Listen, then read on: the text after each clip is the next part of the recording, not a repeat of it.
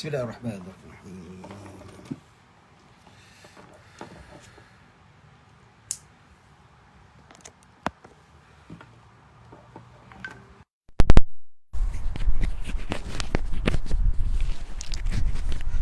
Bismillahirrahmanirrahim.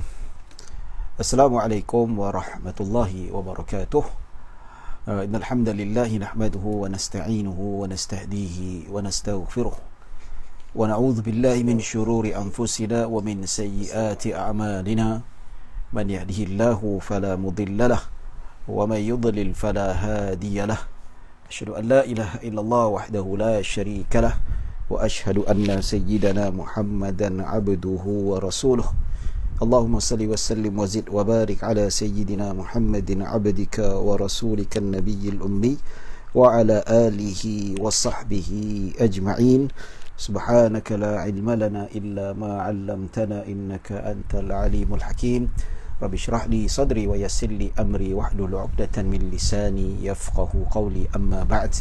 Alhamdulillah, thumma alhamdulillah, bersyukur pada Allah atas nikmat serta limpahan kurniaan yang Allah Subhanahu wa taala kurniakan kepada kita. Kita bersyukur banyak-banyak pada malam yang berbahagia ini. Allah beri kesempatan kepada saya, Allah beri kesempatan kepada tuan-tuan dan puan-puan supaya kita sama-sama dapat mengambil barakah daripada majlis ilmu pada malam ini, walaupun dilakukan secara alam maya, bukan secara fizikal, tetapi maklumat tetap juga kita sampai. Alhamdulillah, walaupun tidak berdepan tetapi berdepan secara media sosial, insya-Allah. Ala kulli hal, dia bab kata orang ni kuliah secara online ni dia tak berapa sedap sangat. Betul tak? Dia nak kena berdepan juga tu, nak kena pandang muka orang tu baru sedap. Kalau saya lah, dan kalau anak murid tu dia nak dengar betul-betul live baru sedap. Tapi tak apa, insya-Allah kita sabar, mudah-mudahan ya musim PKPB ni akan Allah tamatkan. Tak lama lagi. Paling penting kita dapat selamat daripada apa-apa benda-benda yang boleh merebak, membahayakan nyawa kita. InsyaAllah, mudah-mudahan kita berdoa pada Allah, dan pada Allah kita bergantung harapan. Baik, tuan-tuan dan puan-puan dirahmati Allah Subhanahu wa taala, pada Isnin lepas kita sudah bincangkan tentang hukum secara ringkas, definisi apakah maksud perkahwinan, dan begitu juga kita sudah bincangkan hikmah-hikmah pensyariatan perkahwinan itu sendiri, dan begitu juga tuan-tuan dan puan-puan kita sudah bincangkan apakah hukum-hukum martabat ataupun pembahagian hukum berkaitan dengan nikah. Ada jatuh wajib, ada jatuh sunat, ada yang jatuh makruh, ada yang jatuh khilaful aula, dan ada juga jatuh kepada haram, ya, berdasarkan mazhab al-Imam Syafi'i radhiyallahu anhu.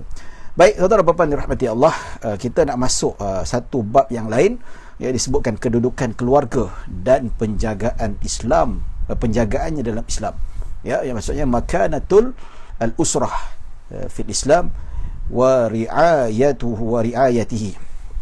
Lah, yang disebutkan bagaimana peluang ataupun peranan keluarga itu, dan apakah peranan Islam menjaga keluarga itu sendiri. Baik, kita masuk pengertian keluarga. Sebab perkahwinan ni dia berkait rapat dengan keluarga, maka masuk juga apa kaitan perkahwinan dengan keluarga ini, apakah hikmahnya. Kita tak baca semua, kita baca ringkas saja. Sebab apa? Kita lebih nak mendalami tentang fiqh, tentang hukum. Manakala hikmah dan sebab-sebabnya insya-Allah kita baca sekali lalu. Sebab apa? Bukan apa, kita ada lebih kurang dalam 14 siri lagi, ataupun saya bincangkan dengan wakil Jabatan Mufti, dia kata bolehlah anjak. Saya kata saya nak anjak kepada 20 siri pun paling banyak lah, paling banyak. Jadi insya-Allah kita masa tak banyak, peruntukan episod tu tak banyak, jadi kita bincang mana yang ringkas kita boleh ringkaskan. Tapi bab perincian hukum, insya-Allah kita perincikan. Sebab apa? Belajar fiqh, kalau fiqh tak diperincikan hukumnya, baik tak payah belajar, betul tak? Tapi mana yang boleh kita ringkaskan, kita ringkaskan. Tapi bab perincian tu insya-Allah kita perincikan. Dan tuan-tuan kalau nak lebih perinci, tuan-tuan boleh tanya soalan. Jadi tak payah tulis kat komen, Ustaz boleh saya tanya soalan? Tak perlulah. Sebab apa? Tuan-tuan berhak untuk tanya soalan. Sebab apa? Dibuka secara awam. So komen pun tidak di-lock. Sesiapa saja, public, ya. Orang daripada kutub utara pun nak hantar soalan pun tak apa. Tapi dia pakai bahasa Eskimo, saya tak faham lah. Ya. Dia pakai bahasa Melayu, bahasa Inggeris dan bahasa Arab, insya-Allah saya faham, ya. Jadi daripada Muhammad Amris, Muhammad Yusuf, barakallah ya ustaz, alhamdulillah, Allah yubarik fiik, terima kasih atas doa keberkatan, semoga kita diberkati. Juga daripada Munirah binti Rahmat, salam ustaz dan semua, waalaikumsalam warahmatullahi wabarakatuh, semoga Allah beri kesejahteraan kepada kita. Baik, kita masuk pengertian keluarga. Keluarga dari segi bahasa iaitu sekumpulan individu yang merupakan kaum kerabat kepada seseorang. Itu definisi usrah. Ya, daripada al-usrah tu bahasa Melayu, bahasa Arab, tapi sudah dimelayukan bila disebutkan usrah ni lebih kepada perkumpulan ilmu. Ya, di mana ni ada usrah, ya. Muhammad Afandi, assalamualaikum ustaz. Alhamdulillah, waalaikumsalam tuan, semoga sihat, ya. Baik, jadi disebutkan al-usrah lughatan ar-rahtu, sekumpulan, ai al-ashkhas al-adnauna min ar-rajul, ya, maksudnya sekumpulan kerabat yang ada kaitan pertalian darah bagi seseorang, sama ada lelaki perempuan, berkumpul lah satu, ia ada hubungan kait tali perkeluargaan, maka itu dinamakan sebagai keluarga. Baik, manakala sementara dari segi istilah Islam pula, ia unit yang mengandungi ibu, bapa, datuk, nenek, anak perempuan dan anak lelaki serta cucu cicit. Yang maksudnya yang duduk satu rumah dengan kita ni, yang di bawah jagaan. Sebab tu orang kata, ustaz, saya ni duduk dengan mak saya sekali duduk dengan saya. Dia tak boleh duduk seorang-seorang, bahaya. Saya jaga makan minum dia. Bila sampai waktu nak bayar zakat, wajib ke saya bayar zakat untuk mak saya yang tinggal bersama saya? Hukum dia wajib. Sebab apa? Mak tu bawah tanggungan kita. So as long dia bawah tanggungan kita, namanya usrah, bawah keluarga. So orang yang keluarga, namanya keluarga di bawah kita ni, maka itulah yang menjadi ada kaitan tanggungjawab masing-masing. InsyaAllah kita bincangkan. Suami tanggungjawab apa? Antara bagi nafkah bagi sesiapa yang berada di bawah tanggungannya. Isteri pun ada tanggungjawabnya juga, dan macam-macam lagi, ya. Baik, jadi itulah maksud istilah keluarga, iaitu ada bapa, ada anak, ada cucu, ataupun dia kata ada seorang kawan saya dekat Kelantan, dia kata, ya, lebih kurang bayar macam saya jugalah, dia dah ada cucu dah, jenis kahwin umur 21, 19, dah ada cucu dah. Ya, dia kata dia jaga cucu dia. Ya, sebab apa? Dia kata menantu dia meninggal dunia, aksiden. Jadi anak lelaki tu bekerja sibuk, dia kata dia jaga cucu. Dia kata, kau jangan risau pasal makan minum, aku tanggung. Kau datang duduk rumah, kau tengok main dengan anak kau, nak bawa dia berjalan-jalan, ya, kau kerja cari duit masa depan untuk anak kau. Makan rumah hari, aku tanggung cucu aku. So part of keluarga dia. So bila sampai nak bayar zakat fitrah tu, datuk dia boleh bayar kan. Sebab apa? Datuk dia tanggung cucu dia, tuan-tuan, ya. Banyaklah, ya, sebahagian masyarakat yang bernasib malang, ya, yang mana kita tengok mak bapak dia meninggal dunia, datuk dia yang jaga. Part of cucu lah, part of keluarga dalam rumah tu, ya. Baik, okey. Keluarga sebagai asas masyarakat. Kenapa disebutkan sebagai asas masyarakat? Masyarakat yang baik, keluarga yang baik berasal daripada masyarakat yang baik. So macam mana nak bina keluarga yang baik? Keluarga yang baik, pemilihan pasangan. Suami kena pilih isteri yang berakhlak yang baik. Begitu juga si perempuan tak boleh terima sebarangan pinangan, kecuali kalau dia dah pastikan lelaki ni dari segi nafkah cukup, kerja ada, dan begitu juga akhlaknya baik. Okey, kahwin. So adanya ciri-ciri macam tu, dua-duanya soleh dan solehah. Bila berkahwin, maka lahirlah zuriat yang baik. Ya, yang mana tuan-tuan dan puan-puan dirahmati Allah Subhanahu Wa Taala, zuriat ini daripada keluarga yang baik, maka dia akan mencambahkan kehidupan masyarakat yang lebih baik, masyarakat yang bertamadun, rabbani, di bawah pimpinan dan payung Allah Subhanahu Wa Taala. Sebab itulah tuan-tuan dan puan-puan dirahmati Allah Subhanahu Wa Taala, individu ni, sebab apa? Mesti keluarga ni asas masyarakat. Sebab orang yang lahir daripada keluarga itu, dia akan terkesan daripada sikap dan perangai keluarga itu sendiri. Ya, kalau jenis mak bapak tak erti semayang, takut anak juga tak semayang. Betul tak? Ya, kalau kita tengok, ya, kita tengok yang mana kebanyakan remaja lelaki dan perempuan sekarang ni, ada kajian mengatakan anak-anak yang sekolah menengah dah hisap rokok pasal apa? Bapa kat rumah hisap rokok, mak kat rumah hisap rokok, maka anak dekat sekolah pun hisap rokok. Jangan lebih takut sampai ambil dadah, ambil pil ekstasi dan sebagainya. Ini tunjangnya. Jadi Bukan kata-kata lahir saja bapa jahat, anak confirm jahat, tidak. Tapi terpengaruh. Terpengaruh dia tengok bapa je hari-hari buat macam ni. Betul tak? Bapa dia buat macam ni. So melekat dalam jiwa je. Pasal apa? Sebab itu dalam hadis Nabi SAW, Nabi sebut, dia kata ma min mauludin ya illa yuladu ala fitrah. Tidak ada setiap bayi yang lahir itu kecuali dengan fitrah. Maksudnya putih bersih. Anak tu lahir, walaupun yang lahir tu maknya kaki zina, minum arak, tapi pada asasnya yang lahirkan itu, yang dilahirkan itu suci bersih. Maka Nabi SAW mengatakan, fa abawahu yuhawidani aw yunassirani aw yumajjisani wa fi riwayat aw yusharrikani. Maka mak bapak lah yang membentuknya, sama ada menentukan dia beragama Yahudi ke, ataupun beragama Nasrani, ataupun beragama Majusi, ataupun agama-agama syirik yang lain. Ya tak? Sebab apa? Dia hidup bersama. Tapi bayangkan kalau anak yang lahir daripada mak bapak yang tak beragama lahir, lepas tu bawa jauh-jauh, orang lain yang jaga. Yang jaga siapa? Pasangan keluarga yang salihah, yang soleh. Maka anak yang lahir daripada perut wanita penzina ataupun bapa yang tidak bertanggungjawab, insya-Allah yang dijaga oleh keluarga yang baik, keluarga angkat yang baik, anak tu jadi baik. Sebab apa? Pembentukan tu. Sebab Nabi kata bayi itu dilahirkan memang bersih, cantik, baik. Tak ada manusia yang dilahirkan jahat, tuan-tuan. Nampak tak? Hatta iblis sekalipun awal penciptaan dia baik, sampai dia jadi guru kepada malaikat. Tapi akhirnya dia maksiat, melanggar perintah Allah, enggan menutup perintah Allah, dia sombong, dihalau daripada neraka Allah Subhanahu, di syurga Allah Subhanahu wa taala. Ya. Jadi keluarga sebagai asas masyarakat, ya. Baik, kalau kita lihat bagaimana keprihatinan Islam terhadap keluarga ini, macam mana nak membuktikan Islam ni sangat prihatin pada keluarga. Ya, kita lihat pada agama, kadang-kadang bila tengok masyarakat barat ni sangat memain peranan dalam menjaga keluarga. Sampai nak pukul pun tak boleh. Nak pukul tu bapak kena penjara setahun. Oh, begitu dahsyat kat Sweden tu. Dahsyat tu. Ya, tapi bila kita lihat dekat sini, tuan-tuan, Islam jauh. Itu ajaran Islam. Islam sangat memelihara keluarga. Prihatin Islam terhadap keluarga. Maksudnya, keprihatinan Islam itu terhadap keluarga jelas nampak dalam pensyariatan dan hukum-hukum yang mengatur sistem keluarga itu.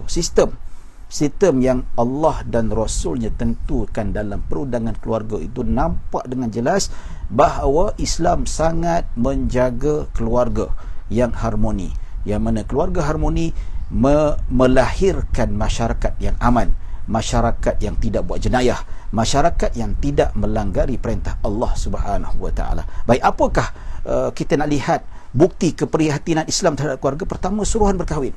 Nampak? Suruhan berkahwin pasal apa? Untuk mengelakkan zina, supaya anak tu tahu nasab dia macam mana, supaya anak tu tahu dapat dibela. Kalau anak tu tak tahu nasab dia, bapa tak jaga, bukan anak kau, tantang kau berzina dengan lelaki lain, tak, padahal dia yang menyebabkan wanita tu mengandung. Ya, jadi tinggallah anak tu tak terbela, nak bin pada bapa pun tak boleh bin pada bapaknya, ya, bapa pun tak ngaku anak, ya, terpaksa bin pada mak dia. Terpaksa bin pada mak dia. Nampak? Jadi tuan-tuan dan puan dirahmati Allah Subhanahu wa taala. Jadi di sini kalau kita lihat bagaimana Islam suruh berkahwin. Jelas dalam Al-Quran tidak membenarkan perzinaan. Yang mana Nabi SAW sebut, Allah Subhanahu wa taala berfirman dalam surah Al-Isra ayat 32, "Wala taqrabuz zina innahu kana fahishatan wa sa'a sabila." Ya, yang bermaksud, dan janganlah kamu menghampiri zina.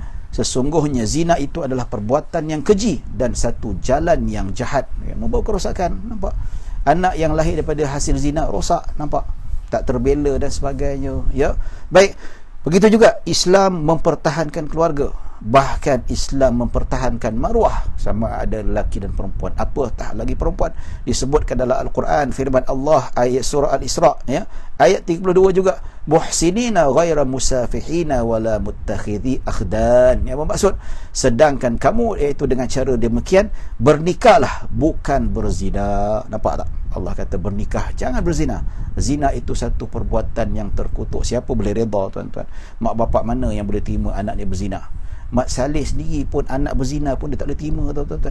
Ya, ada satu cerita tu, ada bapak dia tahu anak dia mengandung disebabkan tak kahwin lagi, bertunang pun tidak, maka mak bapak marah. Masyarakat kat Amerika ni, tuan-tuan, dia kata kalau kau nak berzina dengan anak aku, sekurang-kurangnya dah ada cincin proposal tunang tu dah cukup. Itu tak terimalah kita selagi mana tak akad yang nikah yang sahih, tak cukup 5 rukun tu tak boleh. Ya, kena ada cukup 5 rukun tu. Tapi Mak Saleh dia kata macam mana dah mengandung, cincin pun tak ada. Maksudnya cincin tu dia kata apa signifikan wanita tu kena bertunang. Ya, saya pernah tanya rakan saya masa kat England tu, ya, kenapa mesti ada cincin baru boleh mengandung? Dia kata sebab cincin tu sebenarnya sebagai pengikat, nak menunjukkan lelaki tu mesti bertanggungjawab. Kalau tak ada cincin, maksudnya tak ada keterikatan. Bila tak ada keterikatan, maksudnya lelaki itu tidak akan bertanggungjawab. Nampak tak? Itu yang dia dilabelkan macam tu. Maka ini satu perkara yang tidak dibenarkan. Maka Nabi SAW bernikahlah, bukan berzina. Allah Subhanahu Wa Taala berfirman, bernikah bukan berzina, dan bukan pula kamu mengambil mereka menjadi perempuan-perempuan simpanan. Subhanallah. Allah mengharamkan pelacuran.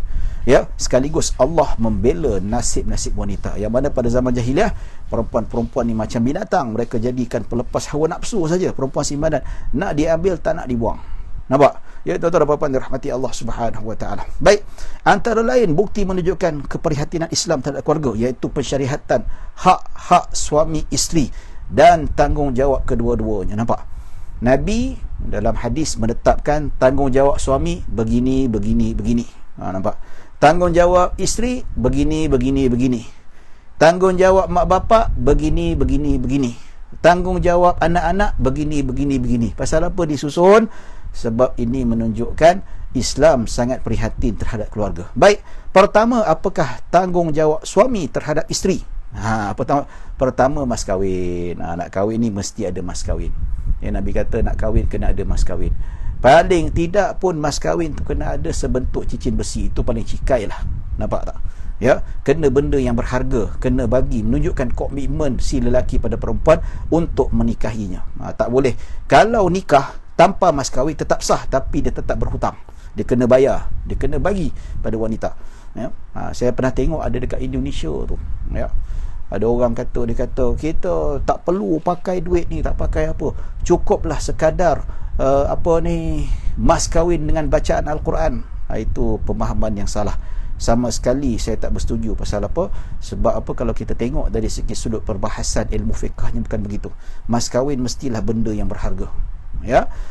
Bila benda berharga tak ada, barulah boleh diambil pada kemahiran. Kemahiran macam mana? Kemahiran macam contohnya kata, wahai Rasulullah, aku tak ada duit. Nabi kata ada sebuntuk cincin emas besi, aku pun tak ada. Okey. Kau pandai baca Al-Quran? Pandai baca Al-Quran. Perempuan ni tak reti baca Al-Quran. Maka Nabi kata mas kahwin kau untuk perempuan ini, kau ajar je Al-Quran sampai pandai. Kata berjanji yes. Maka Nabi nikahkan dia. Aku nikahkan di kau dengan begini. Dengan mas kahwinnya kau ajar dia Al-Quran sampai dia pandai. Maka lepas nikah tu dia ajar hari perempuan tu. Dia ajar sampailah perempuan tu hafal Al-Quran dan pandai baca Al-Quran. So ulama mazhab Syafi'i kata mas kahwin boleh diajari dengan perkara-perkara kemahiran seperti apa kalau tak ada duit, diajarkan jahit contohnya. Ya, nak tak kalau awak kahwin dengan saya, mas kahwinnya lepas nikah saya ajar awak masak sop kambing special sampai pandai. Nampak? Okey, setuju. Tapi ajar semua ya. Secret recipe pun ajar. Saya setuju. Saya tak bohong. Saya akan berjanji secret recipe 7 keturunan saya ajar. Yang penting awak nikah dengan saya. Ya. Bila dah nikah, dia ajar. Dia wajib ajar. Itu mas kahwin. Ya. Ala kulli hal, yang disebutkan oleh para ulama, maksud mas kahwin itu mesti berharga. Itu yang kemahiran mengajar Al-Quran ke mengajar itu yang terakhir. Itu option yang terakhir, yang paling terakhir. Yang penting, yang sunnahnya adalah mesti berharga. Maksudnya duit, ya, rantai, emas, perak, ya tak? Ya, benda-benda contohnya rumah, kereta dan sebagainya. Apa-apa saja benda yang berharga yang dikira sebagai harta yang berharga. Takkan pula kita nak bagi daun kering kan? Tak boleh pula macam tu ya. Baik, tuan-tuan dirahmati Allah Subhanahu Wa Taala, seperti biasa ya, kita akan berhenti nanti lebih kurang dalam pukul 9 suku. Di situ kita akan buka soal jawab. Siapa nak tanya, sama ada nak tanya kemudian ataupun nak tanya sekarang boleh. Kalau nak tanya sekarang, boleh ajukan soalan dekat bahagian komen. InsyaAllah nanti pada penghujung saya akan jawab satu persatu, insyaAllah, kalau saya ada ilmu. Kalau jawapan tu saya tak boleh nak jawab sebab apa, tak tahu, maka di situ tuan-tuan saya jawab kemudian nanti. Ya. Baik, Abu Ammar kata mas kahwin boleh diberikan dengan apa-apa kemahiran yang berharga. Itu itu mafdhul, benda yang kurang afdal. Yang afdal apa? Benda berharga, ya. Ni nak kahwin ni bulan 12 ni, apa, bagi iPhone 12 Pro. Nampak tu, harga jual pinggangnya, jual buah pinggang. Itu, ya. Kalau dah tak ada duit, barulah ajar kemahiran, ajar menjahit ke apa ke. Tapi kalau ada duit, tiba-tiba baca Al-Quran, no, tak boleh, tak sah. Baca Al-Quran tu baca tak boleh, wanita tu dah reti baca Al-Quran. Nampak tak? Ya, okeylah, mas kahwin saya bacakan Al-Quran pada kamu. Konon solehah lah, konon solehah pala hangguk dia. Minta maaf, tak ada. Pasal apa? Dia baca Al-Quran, yang perempuan tu dah reti baca Al-Quran. Kecuali kalau perempuan tu tak reti baca Al-Quran, mas kahwin saya ajar kamu sampai pandai baca Al-Quran. Itu mas kahwin. Itu tak apa. Ni perempuan tu reti baca Al-Quran, lagi sedap daripada lelaki tu baca agaknya tajwid dia. Tak boleh, tak sah. Namun ala kulli hal, ustaz, kemahiran dengan harta mana lebih afdal? Of course kena dahulukan harta. Walaupun perempuan tak reti baca Al-Quran, tak apalah, saya tak nak bagi cincin, saya nak bagi baca Al-Quran. Pilih bagi cincin, tuan-tuan. Bagi duit 5,000. Itu lebih afdal. Itu sunnah, ya. Lepas kahwin, bonus bagilah dia, ajar dia baca Al-Quran sampai pandai. Ya. Dia kata, boleh tak ustaz kalau saya tak ada duit, ya? Tapi lepas kahwin saya minta adik saya ajarkan isteri saya sampai pandai, adik perempuan saya. Boleh, tak ada masalah, asalkan benda yang bermanfaat, ya. Baik, tuan-tuan dan puan-puan dirahmati Allah Subhanahu wa taala. Baik, kedua, nafkah. Nafkah suami pada isteri adalah wajib, ya. Sebab itu disebutkan bahawa dalam Al-Quran jelas Nabi SAW sebut, walahunna alaikum rizquhunna wa kiswatuhunna bil ma'ruf. Nabi menyebut dalam hadis yang diriwayatkan oleh Imam Muslim, ya, kamu wajib memberi isteri-isteri kamu nafkah dan pakaian dengan sewajarnya. Nampak tak, tuan-tuan? Itu kewajipan yang kedua. Kewajipan yang ketiga, pergaulan yang baik. Maksudnya suami haram menengking isteri. Haram kata, bodoh lah kau ni, ya. Ada saya soalan dalam saya punya inbox Facebook ni, ada ratusan soalan dan banyak saya tak dapat jawab. Pasal apa? Banyak sangat, tak ada masa ni, tuan-tuan. Ada yang penting-penting sangat lah, ya. Ada yang sampai suami dikata kau ni bodoh apa semua. Ya, apakah hukum suami cakap macam tu pada isteri? Haram, berdosa besar, kena minta maaf dengan isteri, ya. Dan wanita yang tidak jaga akhlak kepada isterinya, yang tidak menjaga baik pergaulannya, ini dinamakan suami yang nusyus. Ingat, ya, ada suami pada nusyus juga. So kalau ditegur suami, janganlah panggil saya bodoh, panggillah saya sayang. Dia buat juga, boleh buat aduan dekat qadhi. Qadhi panggil si suami, qadhi boleh bagi hukuman pada suami kalau dia buat macam tu. Ini disebutkan dalam kitab fiqh, dalam Mughnil Muhtaj ada sebut, dalam Nihayatul Muhtaj sebut juga, ya. Dan selepas bagi hukuman, lepas tu dia panggil juga isteri dia bodoh, dia pukul isterinya. Belum pukul, kata-kata keji pun hakim qadhi boleh panggil dia, boleh fasahkan nikah. Nampak tak? Berat. Jadi hukum wa'ashiruhunna bil ma'ruf. Biasa kita dengar perempuan isteri nusyus, tapi tak pernah orang bincangkan tentang suami nusyus. Suami nusyus pun, dan insya-Allah kita akan sampai nanti, tuan-tuan, apakah yang dimaksudkan dengan suami yang nusyus. Baik, itu asasnya itu nafkah. Nafkah, pergaulan yang baik, ya. Nafkah ni maksudnya juga nafkah batin. Perlu juga kita melayani kehendak isteri batinnya macam mana. Ya, ada yang lelaki bila dah kahwin kedua, 2 bulan tak mencampuri isteri pertama. Ini tak adil, haram hukumnya. Pasal apa? Nafkah zahir batin wajib diberi. Ya, baik, tuan-tuan dan puan-puan dirahmati Allah Subhanahu wa taala. Itu pergaulan yang baik. Baik, tanggungjawab isteri terhadap suami, apakah dia? Pertama, taat dalam perkara yang bukan maksiat. Isteri kata, bang, saya nak pergi karaoke lah. Tak boleh, jangan pergi, kena taat. Suami kata, awak ni bila nak pakai tudung? Saya nak awak pakai tudung sekarang juga. Wajib perintah suami, ya. Tapi kalau suami kata, saya nak awak pergi apa, malam ni awak pergilah dengan kawan-kawan awak, saya perintah, saya nak tidur lah, awak pergi karaoke dengan saya bagi duit pergi karaoke. Itu tak boleh taat, sebab maksiat, ya, maksiat. Awak pergilah rumah kawan awak tu, membawang ke, mengumpat ke, pergi, saya suruh pergi. Itu tak boleh taat. Pasal apa? Itu perintah supaya melakukan maksiat, tak boleh taat, ya.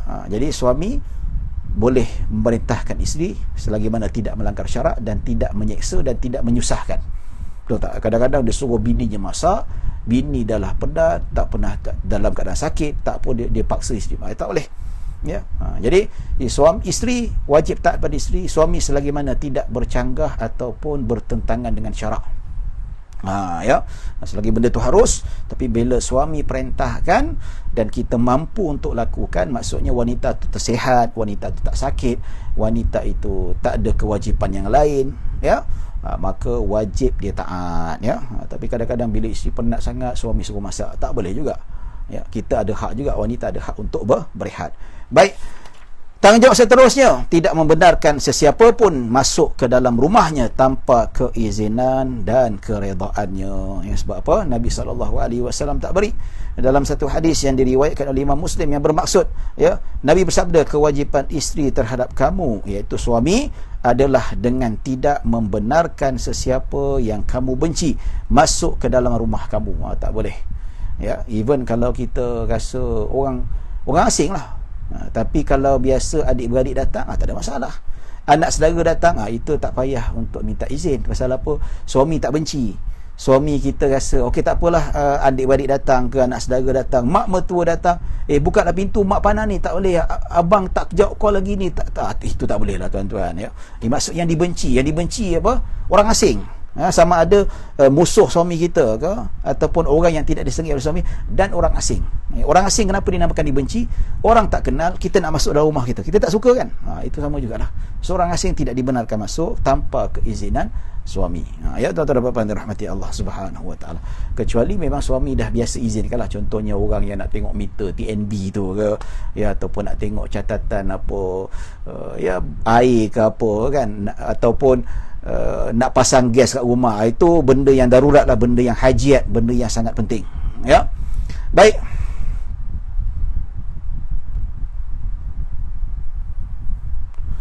okey, nanti soalan kita jawab, kita kumpulkan soalan tu nanti kita akan jawab nanti insya-Allah, ya. Baik, tuan-tuan dan puan-puan rahmati Allah Subhanahu Wa Taala. Ya, baik aja. Yang ketiga, menjaga kemuliaan maruah dan harta suami. Jaga kemuliaan. Ini ada isteri tak jaga kemuliaan, pergi rumah sebelah, rumah jiran dia duk mengumpat, membawang, kan membusukkan nama isteri suami dia. Lepas tu pakai selekeh dan sebagainya, ya. Tak tutup aurat. Itu tak jaga maruah. Dan menjaga harta suami. Yang masa suami dia bagi duit ini makanan untuk anak-anak kita, untuk kita semua. Ya, dia ambil duit tu beli gelang emas. Itu tak amanah terhadap harta suami. Ya. Baik, pensyariatan hak anak dan ibu bapa. Ini antara bukti yang ketiga menunjukkan Islam sangat menjaga hak-hak kekeluargaan, iaitu pertama, ya, hak anak-anak dan ibu bapa. Ini menunjukkan Allah dah letakkan lain apakah hak anak-anak terhadap ibu bapa dan apakah hak ibu bapa terhadap anak-anak. Ini menunjukkan bukti Islam sangat mengambil perhatian terhadap pembinaan keluarga. Pertama apa? Ya, bertanggungjawab ibu bapa terhadap anak. Apakah tanggungjawab apa pada anak? Iaitu nafkah, bagi nafkah. Tak boleh biarkan macam tu saja. Ya. Baik, ada soalan, insya-Allah nanti kita akan jawab nanti pada penghujung je nanti, insya-Allah jam 9 suku atau 9.20. Baik, kedua, tanggungjawab mak bapa pada anak memberi pendidikan dan pengajaran yang baik dalam hal ibadat dan akhlak. Ini saya baca ringkas saja, tuan-tuan, ya. Maksudnya wajib bagi pendidikan Islam lah. Ni bagi pendidikan, sibuk belajar piano, belajar tu, ya, benda tu dah lah syubhah. Ya, jumhur ulama kata haram, ya. Tapi kita, yalah, adalah segelintir ulama kata halal. Tapi kita pun sibuk-sibuk nak ajar, tak main piano lah, ni masa depan besar dan sebagainya, ya. Bagi pendidikan yang baik, pendidikan mengenal Allah dan Rasulnya, mengenal syariat Allah, ilmu yang mana dia boleh mempertahankan dirinya daripada perkara-perkara yang dibenci oleh Allah, dan ilmu yang memberi pengetahuan untuk dia berakhlak dengan akhlak Rasulullah, ilmu yang boleh dia mengetahui apa tanggungjawabnya terhadap Allah dan apakah tanggungjawabnya terhadap keluarga dan manusia. Ya, baik. Kedua, ya, seterusnya tanggungjawab anak terhadap ibu bapa. Tapi itu tadi tanggungjawab mak bapak terhadap anak ada dua, nafkah dan pendidikan. Ini yang terusnya tanggungjawab anak terhadap ibu bapa. Ya. Pertama, taat kepada ibu bapa dalam perkara yang bukan maksiat. Sekali lagi mak bapak suruh buat benda yang tidak berkaitan dengan maksiat, selagi itu wajib taat, ya. Anak-anak saya kan nak sekolah ni, pergi tidur tu apa hukumnya? Hukum tidurnya harus, betul tak? Ada kata tidur wajib? Tak ada. Kalau orang tak nak tidur 3 hari, boleh tak? Boleh, tak ada masalah. Tidur tu harus hukum dia. Tapi kalau kita tidur niat kerana Allah ataupun niat kerana ibadah, dapat pahala. dapat pahala taqarrub, mendekatkan diri pada Allah Subhanahu Wa Taala. Tapi bila bapa kata, Ahmad tidur sekarang pukul 10 dah, wajib taat. Kalau tak tidur, dia main-main lagi, dia main handset ke apa ke, maksudnya dia tak dengar cakap mak bapak dia. Nampak? Ya, kalau buat maksiat, ya kan. Nak pergi mana tu? Nak pergi sembahyang. Tak payah sembahyang, kau duduk je. Sembahyang tu buat apa, kau kecil lagi. Ini tak boleh, ini maksiat. Wajib ataupun haram untuk kita melanggar perintah Allah, perintah mak bapak kalau menjurus kepada kemaksiatan. Kedua, memberi nafkah sekiranya mampu kepada ibu bapa yang fakir. Ini dah besar, dah bekerja dah. Sekali mak bapak pencen tak ada. Tapi mak bapak abah apa EPF dulu tak ada ke? Habis dah masa musim PKPB tu, habis keluar dah. Duit tak ada, abah kena buang kerja, ya. Menteri Keuangan kata boleh keluarkan 10,000, abah keluarkan 100,000, kasih habis punya. Tu. Abah tak ada duit dah. Mak pun tak ada duit. Mak kau pun bergantung pada ayah. Anak dia ada kemampuan, wajib dia tanggung mak bapak dia. Wajib. Sama dia mewajib tanggung pada ibu keluarga anak dan isteri dia. Kalau tak ada rumah, dia tak mampu nak beli rumah untuk mak bapak dia. Mak bapak tak ada rumah, wajib ajak masuk dalam rumah, duduk sama-sama sekali dengan dia. Itu tanggungjawab. Ya. Tapi macam mana ustaz, kalau anak-anak pun fakir miskin? Kalau anak fakir miskin, cari anak yang lain, anak lain yang kaya, yang mampu. Kalau miskin juga, cari adik perempuan ke apa, ya, yang penting yang mampu. Kalau semua adik-beradik miskin, tak mampu nak tanggung mak bapak, nak buat macam mana? Baitul mal, zakat. Kewajipan zakat. Kena lapor, wahai tuan zakat, bapak saya miskin, saya pun miskin. Ya, boleh tak bagi zakat pada bapak saya? Kalau saya nak tanggung pun, untuk saya sendiri pun tak lepas. So, zakat wajib bagi tanggungan. Alhamdulillah kita ada banyak pusat zakat yang ambil concern, ya, concern yang bagus. Ya, kita kata tak bagus sebab kita tak tahu, kita tak explore, kita tak minta. Ya, tempat saya tu orang fakir miskin minta zakat Selangor, besok datang. Dia tak isi borang lagi, dah bawa beras dah bagi dah. Belum confirm lagi tu. Nampak? Lepas tu tak lama tu, seminggu dah dia tunjuk dekat pengurus siswa, alhamdulillah saya dapat bantuan setiap bulan RM700. Alhamdulillah.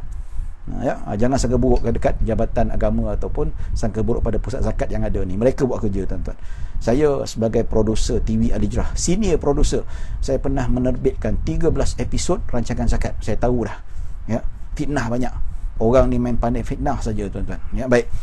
Okey, kalaulah pusat zakat tak ada, contoh dia duduk kat negara bukan Islam, negara yang tak ada pusat zakat, so siapa yang wajib tanggung mak bapak dia yang tak mampu ini? Yang disebutkan oleh Masayirul Ummah, itu orang-orang kaya di kalangan muslimin yang duduk sama-sama dengan dia. Ya, kalau tak ada, carilah telefon kat mana-mana ke, bagi duit supaya orang luar pun datang bagi tanggung. Nampak ya? Itu rentetan ataupun yang kita sebut sebagai kalau mak bapak kita tak mampu untuk melakukan perkara-perkara cari nafkah, maka anak yang wajib menanggung mak bapaknya itu. Ya, baik tuan-tuan dan puan-puan dirahmati Allah Subhanahu Wa Taala, ada 3 soalan setakat ini. InsyaAllah kita akan jawab sebentar lagi, ya. Ke nak jawab esok? Tak best lah jawab esok, kita akan jawab. Ada 4 soalan. Ya. Okey, tuan-tuan dan puan-puan dirahmati Allah Subhanahu Wa Taala. Okey, kita nak tengok perempuan yang haram dikahwini. Tu dia, dah masuk hukum hakam dah. Ya, tadi pun dah masuk hukum hakam juga. Tapi kita nak ceritakan tentang perempuan ataupun lelaki yang haram dinikahi. Ya. Baik. Kenapa ada halal yang dinikahi, kenapa haram dinikahi? Ya, disebutkan tatkala Islam mensyariatkan perkahwinan dan menggalakkannya, ia juga mengharamkan perkahwinan dengan sesetengah perempuan ataupun lelaki. Ya, perempuan lelaki galakkan, kahwin. Dah kahwin, kahwin lagi. Yang penting perempuannya halal lah. Tapi dalam masa yang sama ada juga hukum hakam yang Allah tak bagi, jangan kahwin dengan perempuan ini, tak boleh kahwin dengan lelaki ini. Sama ada pengharaman selama-lamanya ataupun sementara. Baik. Kenapa pengharaman ini berpunca daripada pelbagai sebab? Kenapa ada pengharaman itu? Puncanya pertama, mewajibkan penghormatan dan penghargaan seseorang seperti ibu kandung. Ya, penghormatan. Kenapa tak boleh kahwin? Sebab penghormatan kepada ibu ataupun bapa itu sendiri. Kita takkan nak tergamak nak kahwin mak sendiri. Tak beradab namanya, kurang ajar namanya. Nak bersegemak, insya-Allah tak. Waliyadzubillah. Ya. Kedua, tabiat sempurna tidak merelakannya. Tabiat sempurna tak mungkin haruan makan anak, tak mungkin. Jangan, ya. yang buat benda tu, ini namanya orang gila. Orang gila dah, tak siuman dah. Patut kena bunuh je. Ini haruan makan anak ni, seperti anak perempuan dan adik-beradik perempuan sini. Tak tergamak kita ni, tuan-tuan. Ya. Baik. Ketiga, menjaga maruah diri sebagai tujuan perkahwinan tidak akan tercapai apabila mengahwini perempuan yang mempunyai hubungan kerabat yang terlalu hampir. Terlalu hampir apa? Ada pertalian darah, seperti adik-beradik, seperti mak saudara. Tak boleh, tidak akan tercapai. Ya. Maruah tu akan tercela. Apa? Dekat Indonesia tu ada. Indonesia macam-macam lah, tuan-tuan. Dia tak ada pejabat agama, tak ada mufti yang autoriti yang boleh tangkap apa. Ada kes anak kahwin dengan mak dan anak dia mengandung. Ada gambar, boleh search kat Google. Tanya ya. Indonesia, anak kahwin dengan mak dia. Nampak tu? Siap temu ramah orang kampung tu. Orang kampung kata, buruk sungguhlah perangai. Maruah tercalar sebab buat benda yang berlawanan dengan fitrah ni, tuan-tuan. Baik, yang keempat, membina keluarga dengan teratur dan tersusun seperti haram menghawini adik-beradik, susuan dan anak saudara susuan. Nampak? Kahwin adik-beradik. Ya, anak tu nak panggil apa nanti? Nak panggil bapa, yang mak dia tu nak panggil makcik. Kan kecelaruan nama dia.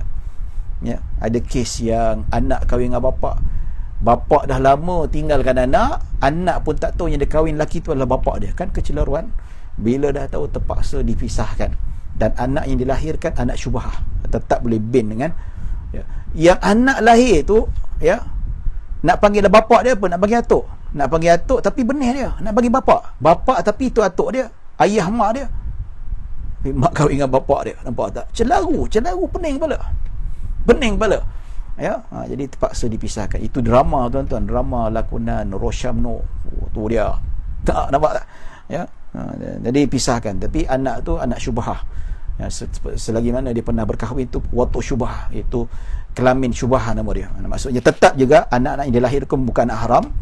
Tetap dinamakan anak syubhah, boleh dibinkan kepada datuk dia sebab benih datuk dia. Tapi perkahwinan atas sebab kecelaruan, tak tahu bapa dah tinggalkan lama dan sebagainya. Tapi dalam konteks Malaysia ni macam mustahil lah. Benda ni susah sebab ada IC, ada apa, surat beranak kan. Jadi tak mungkin memungkinkan kalau anak kahwin dengan bapa ataupun bapa kahwin dengan anak, tak mungkin. Ya, wallahu a'lam. Ya, ini hikmah dia kenapa ada wanita yang haram dikahwin dan ada yang tidak haram dikahwini. Ya, tuan-tuan dan puan-puan dirahmati Allah Subhanahu wa taala, jenis pengharaman terbahagi kepada dua, iaitu haram yang kekal. Ya, selama-lama tak boleh kahwin. Ya, cari duk pusing macam mana sekalipun memang haram selama-lamanya. Ini sudah dinaskan dalam Al-Quran secara ijma'. Ya, jadi tuan-tuan dan puan-puan dirahmati Allah Subhanahu wa taala. Ya, ada soalan, minta ustaz syarahkan filem Keluarga 69. Ya, Keluarga 69 sah. Keluarga 69 sah, perkahwinan itu sah. Nanti saya nak terangkan nantilah sebab masa pun tak banyak. Ada masa nanti saya terangkan dah betul-betul. Ya, Keluarga 69 tetap sah perkahwinannya. Yang macam cerita P. Ramlee dengan A.R. Tompel kan. P. Ramlee kahwin dengan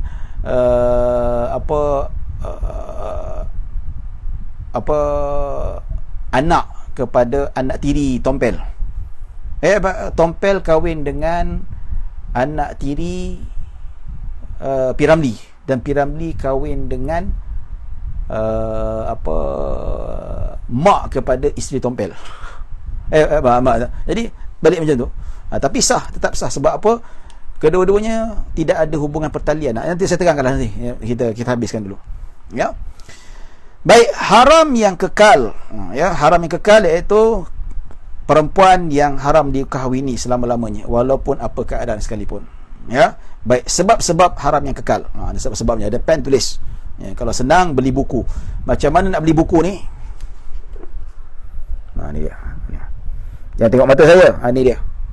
Fiqh Manhaj Fiqh Mazhab Syafi'i, ada tertera dekat dekat status bahagian falak dan sumber maklumat. Saya ada jelaskan, saya ada kod juga macam mana nak beli kitab. Boleh call. Ustaz tak boleh lah PKPB nak Selangor, nak pergi ke Mains ataupun Negeri Sembilan, tak apa, insya-Allah orang sana boleh tolong poskan. Cuma bayaran pos lah, insya-Allah boleh diusahakan. Ya, kitab ni bagus. Pasal apa bagus? Sebab yang terjemah ni, yang duduk sekali terjemah buku ni, Mufti Sahibus Samahah, Datuk Mufti Negeri Sembilan, Datuk Ahmad Yusof, Mufti, orang alim ni. Nampak tak? Jadi saya suka buku ni sebab apa? Datuk Mufti pun duduk sekali dengan panel penterjemah, dia sini check. Ini salah ni, dia betulkan. Nampak tu? Ya. So tak rugi beli buku ni tuan-tuan. Ya. Pasal apa? Terjemahan dia saya suka. Baik, sebab-sebab haram yang kekal. Ada 3 sebab haram yang kekal. Pertama, hubungan kerabat. Kedua, hubungan persemandaan. Dan ketiga, hubungan penyusuan. 3 ni. Pertama, hubungan kerabat. Kedua, hubungan persemandaan. Persemandaan apa? Musaharah, perkahwinan. Dan ketiga, disebabkan penyusuan. Ya. Baik, sebab hubungan kerabat seperti berikut. Kerabat tersebut ialah ibu belah nenek belah ibu dan nenek belah bapa dan ke atas. Kita ada mak kita haram. Begitu juga mak kita ni haram, nenek kita kalau moyang kita hidup lagi sampai ke atas. Nampak? Itu haram seharam-haramnya. Tak boleh. Dia berkahwinan. Tapi tak ada, jaranglah nenek yang ketiga keempat tu dah meninggal biasanya kan. Tak boleh, haram hukumnya. Begitu juga mak bapak kita. Ya, mak bapak kita, mak kepada nenek kita, dan seterusnya, haram di sisi Islam. Mereka merupakan asal usul keturunan yang tidak boleh dikahwini. Haram seharam-haramnya. Ya. Baik. Sama juga anak perempuan, cucu perempuan. Cucu perempuan macam mana? Haram. Nenek saudara bapak kita, nenek saudara haram. Nampak tak? Ya. Pasal apa dia?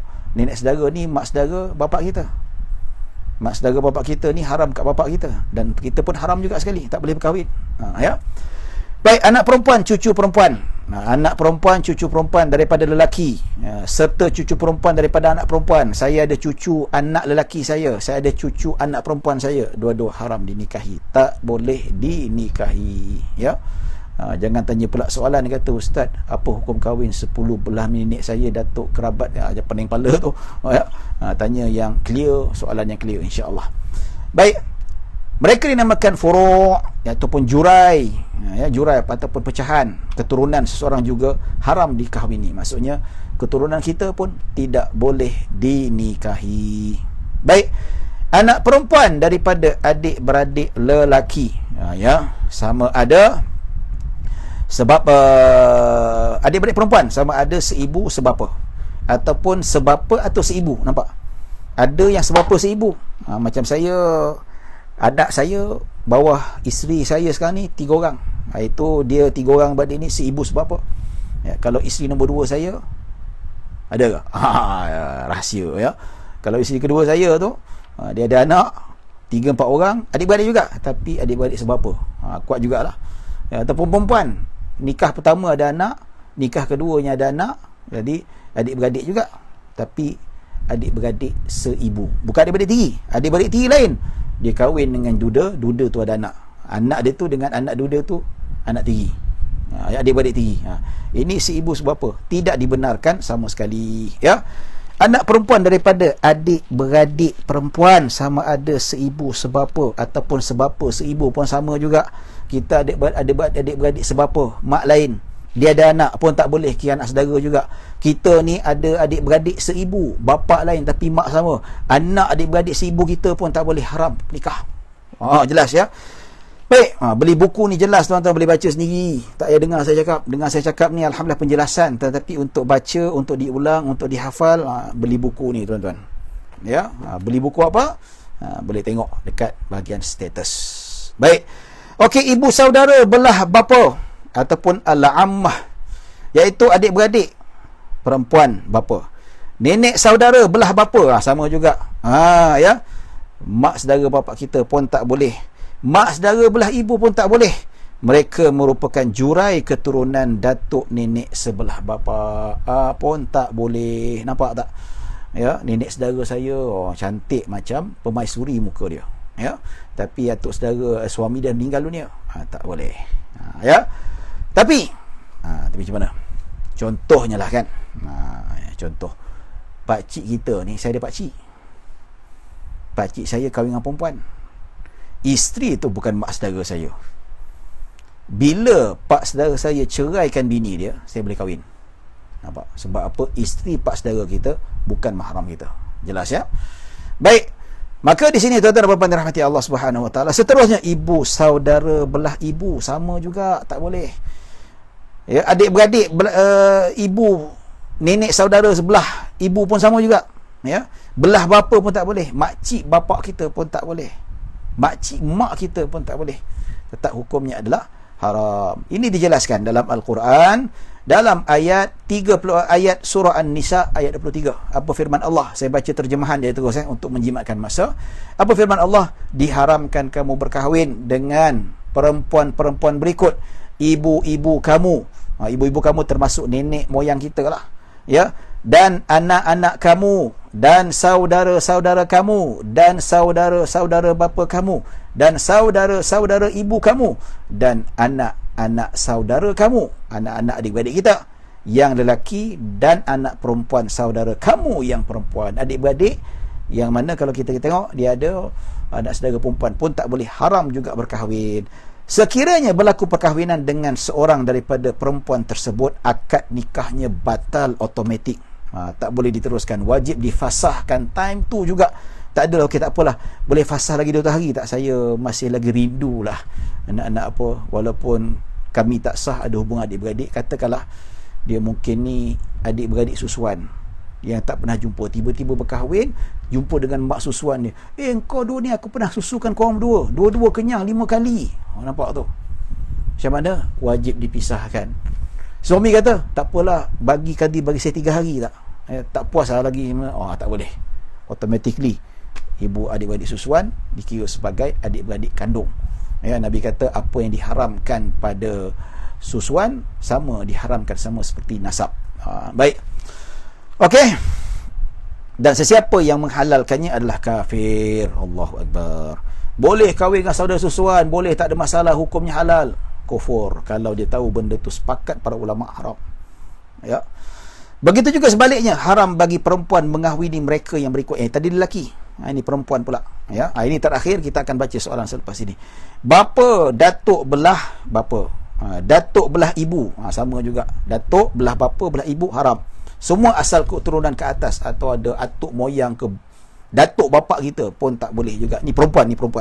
Ya, kedua, anak lelaki, cucu lelaki daripada anak lelaki dan anak perempuan. Dia ada anak perempuan ni, ada 2 anak. Anak lelaki, anak perempuan. Dua-dua dah ada anak cucu dia. Cucu dia pun tak boleh kahwin. Ya. Dan seluruh jurai keturunan. Ya.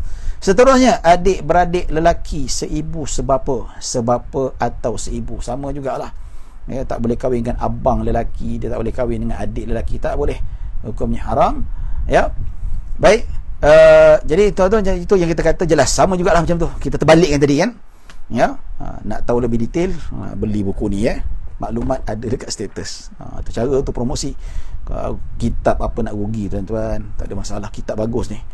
Ya. Anak saudara lelaki, ya, beli kitab ni ringkasan. Kelas ni saya detailkan, yang tak ada dalam ni saya detailkan tuan-tuan. Itu tanggungjawab saya selama 15 siri insya-Allah. Baik. Ada soalan tak apa? Anak saudara lelaki daripada adik-beradik lelaki dan perempuan. Adik-beradik kita ada anak, itu anak saudara kita. Sama ada seibu sebapa, tak boleh. Hukumnya haram. Bapa saudara belah bapa, bapa saudara belah ibu, datuk saudara belah bapa dan belah ibu, pun tak boleh juga. Bapa saudara belah ibu kepada bapa dan bapa saudara belah ibu kepada ibu, ini haram, tak boleh, tidak boleh dinikahi. Ini termasuk dalam hubungan selama-lamanya diharamkan. Ya, tuan-tuan dan puan-puan dirahmati Allah Subhanahu Wa Taala. Ada lagi 2, persemendaan dan penyusuan. InsyaAllah kita akan sambung lusa pada hari Jumaat pada waktu yang sama. Ya, soalan nak jawab ke? Tak jawab kot. Tak ada jawab lah kot, insyaAllah. Ya, kita akan jawab insyaAllah sebentar lagi. Jadi kita berhenti pada muka surat 38 dan kita akan sambung besok juga pada muka surat 38, iaitu hubungan persemendaan insyaAllah. Baik, soalan kita nak baca sekarang ni. Baik, apakah soalannya? Ustaz, untuk mas kahwin, jika tidak bernilai barang itu pada harganya, namun bagi isteri itu bernilai, memadai dan redha, contoh senaskah Al-Quran. Al-Quran bernilai, Ada Al-Quran sekarang jual 100.5. Woi, mahal tu. Ya, ataupun Quran kecil. Ni abang bagi yang RM30 punya Al-Quran boleh? Boleh, tak ada masalah. Berharga, tak ada masalah, sah. Ya. Yang tak sah, ada benda berharga, dia nak bacakan Al-Quran di isteri Al-Quran. Ya. Konon solehah lah konon. Dia kata, kita nak dapatkan perkahwinan yang berkat, saya bacakan Al-Fatihah, saya bacakan surah Al-Baqarah awalnya, ya, sebagai tanda mas kahwin saya. Bismillahirrahmanirrahim. Lepas tu share dekat grup WhatsApp dan sebagainya. Islamiknya banyaklah Islamik dia tu. Tak? Dia bacakan Al-Quran tu, perempuan sekadar dengar saja. Perempuan tu dah reti baca Al-Quran dah. Kalau dia tak baca, dia reti baca sendiri. Yang dimaksudkan pada zaman Nabi, yang Al-Quran sebagai hantaran, perempuan tu tak reti baca Al-Quran, tapi dia ajar perempuan tu sampai pandai baca Al-Quran. Itu maksudnya dikiaskan dengan kemahiran. Ya. Tapi kalau bagi Al-Quran itself, ya, Al-Quran kecil besar ke tak apa, dia boleh baca nanti walaupun dia reti baca. Sebab apa? Al-Quran tetap yang berharga. Ya. Ya, benda tu mahal juga benda tu, ya. Kalau kita bagi daun kering, tak boleh lah tuan-tuan, ya. Bagi sekilo lipas, tak boleh, itu tak berharga, nak buat apa, ya. Tapi kalau bagi sekilo ikan kembung, berharga, boleh makan, ya. Bagi bedak, bedak ni berapa ringgit ni, RM7-8 ni beli, berharga jugalah. Kalau dia redha, okey lah kan. Ada berapa redha ke? Tak ada punya dah. Ini SPM 5,000, apa ke benda. Ya. Baik tuan-tuan dan puan-puan dirahmati. Kadang-kadang perempuan tak kisah, mak bapak yang lebih-lebih ni. Baik, soalan seterusnya. Daripada Puan Munirah binti Rahmat. Tadi soalan daripada Afif Firdaus. Ya, daripada Ustaz Afif Firdaus. Dia Ustaz tak tanya sepatutnya. Ustaz mohon pencerahan. Panjang soalan ni. Pengantin lelaki bagi hantaran RM12,000 kepada pihak pengantin perempuan dengan menyatakan RM10,000 duit hantaran dan RM2,000 sebagai mas kahwin. Namun begitu, ayah pengantin perempuan mengambil RM12,000 itu buat belanja perkahwinan. Apakah hukumnya ayah pengantin perempuan menggunakan RM2,000 sud mas kahwin ini tanpa kebenaran anak perempuannya? Haram, tak boleh. Ya, mas kahwin hak milik perempuan. Ya, begitu juga hantaran juga milik perempuan. So bapa wajib minta izin. Kecuali kalau dia dah minta izin ataupun dia minta cakap dengan suami dengan anak dia, ingat hantaran tu bagi bapa sikit untuk perkahwinan, boleh tak? Setuju? Lepas dapat hantaran, bapa dia ambil, tidak menjadi masalah. Kedua-dua kena minta izin. Bapa kalau main ambil saja hukumnya haram. Sebab apa? Memang laki tu bagi dekat isteri dia, memang nak bagi pada isteri, bukan pada bapa dia. Kecuali dia kata okey, ni RM10,000 hantaran, RM2,000 mas kahwin. RM2,000 tu hak awaknya, RM10,000 tu RM5,000 awak punya, RM5,000 bagi bapa awak untuk mas kahwin, untuk belanja kahwin. Itu tak apa, tak ada masalah, no problem. Sebab apa? Lelaki dah izin kan. Lepas bagi tu bini tak nak bagi, tak nak lah bah, ayah dia boleh rampas. Pasal apa? Pengantin lelaki tu dah nyatakan hak pak mertua dia untuk gunakan kahwinan, tak ada masalah. Tapi kalau tanpa ada isyarat, lelaki tidak boleh, tidak benar. Apakah boleh isteri meminta cerai kepada suami yang didapati seorang gay selepas bertahun? Boleh, tak ada masalah. Ini tak masuk lagi cerita. Boleh, tak ada masalah. Ya, boleh, tak ada masalah. Ya, isteri, suami yang maki-maki pun kita boleh minta perempuan boleh minta fasakh, ya, boleh minta fasakh dan qadi boleh menjatuhkan cerai. Itu dinamakan nusyuz jugalah. Ya. Baik. Irfan Abdul Rani, orang Shah Alam ni. Orang kuat Shah Alam. Ni kuat macam ni, kuat makan ke apa, tak tahu, wallahu alam. Dia lebih kuat badan besar. Assalamualaikum Ustaz. Nak tanya, betul ke si suami tanggung dosa isteri? Apa tanggung isteri? Apa tanggung apanya? La taziru wala taziru waziratun wizra ukhra. Dalam Al-Quran sebut tidak ada seseorang menanggung dosa orang lain. Tak ada. Isteri buat dosa, dia tanggung sendirilah. Tak ada, mana ada. Kedua, berapa lama tempoh ibu bapa tanggung nafkah anak? Sampai dia, kalau ikut uruf lah, ikut aruf ataupun ikut adat. Kita ni habis belajar sekolah lah, habis sekolah menengah tu, dia dah belanja sendiri. Biasanya lepas sekolah tu dia ada PTPTN. Ya, tapi kalau anak tu belajar tak ada mampu nak cari kerja, dia boleh teruskan dengan nafkah pada anak-anaknya. Ya, kalau ikut hukum fiqah, kalau sudah akil balik, mak bapak tak wajib tanggung lagi dah. Ya. Sebab itu saya pesan kepada pelajar-pelajar universiti, dapat duit PTPTN, bayar duit zakat fitrah sendiri. Sebab apa? Sepatutnya umur you kat universiti, mak bapak tak tanggung lagi dah. Nampak? Sebab itu dia kata tak sepatutnya bayar zakat tunggu mak bapak bayar, kamu bayar sendiri. Alah RM7 seorang, ya tak? Ya. Tapi kalau bapak nak bayar tak ada masalah, no problem at all. Ya. Tak ada istilah tanggung dosa, tak ada, mengarut ni. Ini sampai kata perempuan sebelum akil balik, bapak tanggung dosa dia. Lepas berkahwin, suami pula tanggung dosa dia. Oi, seronoklah perempuan buat dosa. Cak, betul tak? Buat dosa macam mana? Buat dosa, alah aku tak kena seksa, suami aku tanggung. Apa benda ni? Ini faktor yang mengarut sama sekali, tidak asas sama sekali, tuan-tuan. Ya.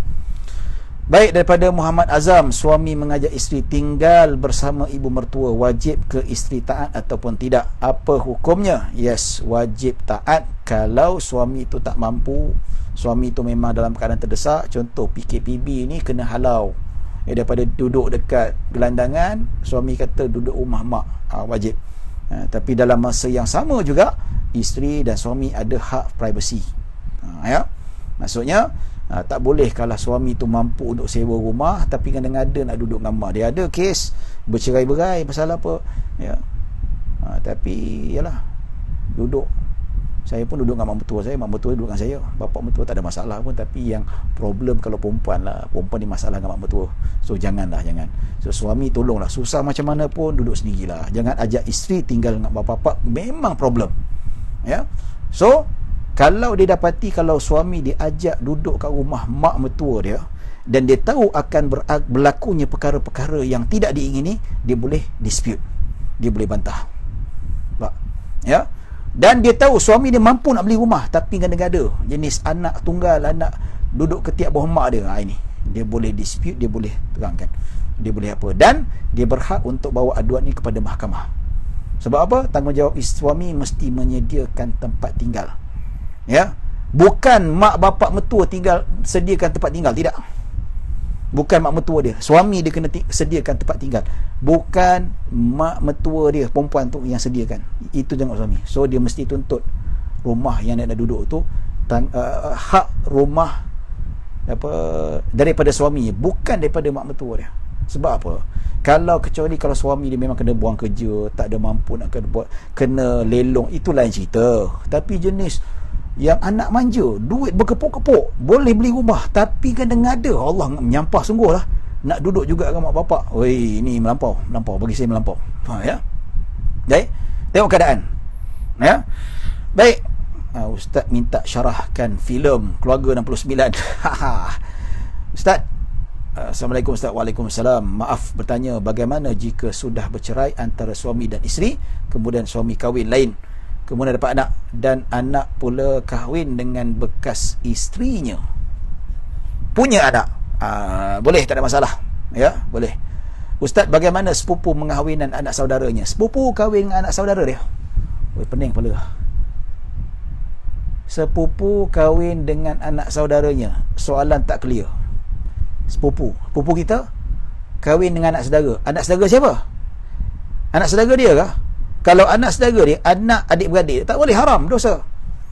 Anak abang dia, anak kakak dia, anak adik laki dia, tak boleh. Ya. Maksudnya sepupu mana ni? Saya tak faham. Soalan tak clear, minta maaf.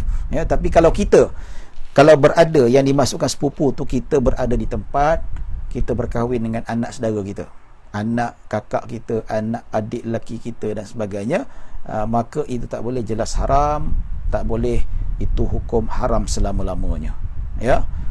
Baik, dah habis dah soalan, alhamdulillah. Kebetulan pun cukup selama 1 jam. InsyaAllah kita akan sambung nanti pada sesi yang akan datang, pada hari Jumaat insyaAllah, dengan perbincangan yang lebih menarik dan banyak lagi permasalahan-permasalahan fiqah yang kita akan bincangkan, terutama dalam bab mahram insyaAllah. Ya. Baik, setakat itu saja yang dapat saya sampaikan. Terima kasih kepada Jabatan Mufti Wilayah Negeri Sembilan, dan terima kasih juga kepada tuan-tuan yang sudi hadir pada malam ini. Ya, hari ini kurang sikit, kalau minggu lepas 50 orang juga datang. Ini dia punya range 30 ke 38. Ya. Jadi orang kita biasalah. Orang kita ni sebahagiannya memang terkenal dengan hangat-hangat tai ayam. Mula-mula je free, ya. datang, lepas tu makin lama bagi berkurang. Jadi insya-Allah hari Jumaat tu saya yakin dia akan berkurangkan lagi. Tak apa. Bagi saya tidak pandang pada bilangan yang ramai. 3 orang pun saya ceramah juga. 3 orang itulah saya akan tetap hargai. Pasal apa? Bagi saya 3 orang itulah dikira sebagai orang yang benar-benar bersungguh. Kita nak tengok orang tu bersungguh, dia tengok diikuti tak sampai habis. Ya. Baik, tuan-tuan dan puan-puan dirahmati Allah Subhanahu wa taala. Setakat itu saja yang dapat saya sampaikan. Mohon maaf yang baik hanya daripada Allah Subhanahu wa taala, kekurangan kesilapan datang daripada diri saya sendiri. Aku qauli hadza wa astaghfirullahal azim li wa lakum wa lisairil muslimin wal muslimat wal mu'minina wal mu'minat. Bismillahirrahmanirrahim. Allahumma ja'al jam'ana hadza jam'an marhuma wa tafarraqana min ba'di tafarruqan ma'suma. Allahumma la tada' fi maqamina hadza min al-ghafarta wal hamman ila farajta wala daynan ila qadaita wala maridan ila shafaita wala hajata min hawaiji dunya wal akhirati illa qadaitaha ya rabbal alamin. Sallallahu ala sayyidina Muhammadin wa ala alihi washabihi wasallam. Alhamdulillah rabbil alamin. Assalamualaikum warahmatullahi wabarakatuh. Terima kasih, jumpa lagi pada hari Jumaat jam 8.30 malam.